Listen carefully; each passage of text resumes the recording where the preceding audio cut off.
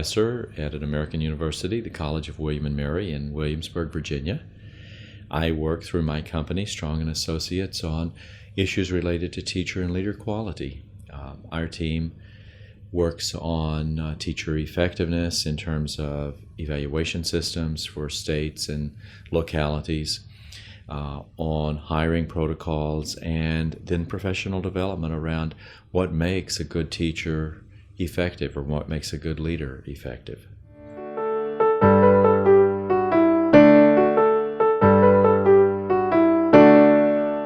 I can tell you what's occurring in the U.S. in terms of evaluating for teacher performance are two big things. Number one, defining more accurately and rigorously based on empirical evidence on what makes a good teacher. What are the standards of good teaching? What do teachers do that if we emulate, we're more likely to improve student learning? And then the second big change is measuring student achievement. Looking at direct measures of where are students in the beginning of the year, where are they at the end of the year, and what's the difference, and finding ways and means to evaluate those students and connecting it to the teacher's or the leader's evaluation.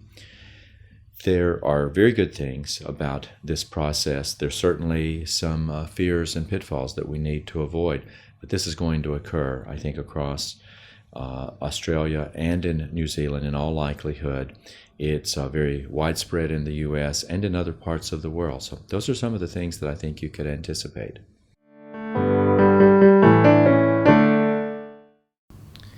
Teacher evaluation is important only because teachers are important.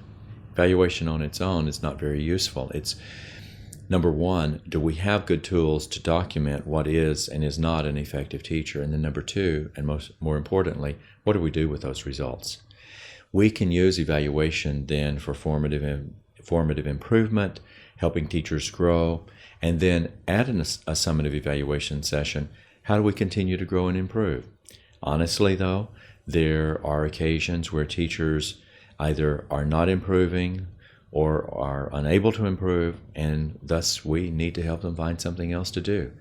It's important to remember, though, that evaluation is about 100% of our teachers, not 5%. And also, it's about improvement. Accountability is there, and there's going to be a growing focus on accountability, but we should never lose sight of the fact that evaluation is to help people grow and improve.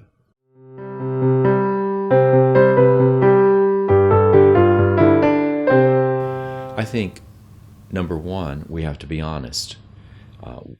The way we have evaluated teachers and leaders historically has not been completely accurate and thus not completely honest. We've overrated performance of teachers. We've told, for example, novice teachers who are fresh out of college that they're effective across all dimensions of teaching, and the reality is they're not. They may be effective in some areas, but they have a lot of room for growth, and it's not a bad thing at all to have areas identified for improving performance. We have to use evaluation for results. Identify where I'm strong and encourage me to keep doing that work. Identify areas where I need to improve and provide me with the tools and techniques to improve and get better. That's where we're going to get value out of evaluation.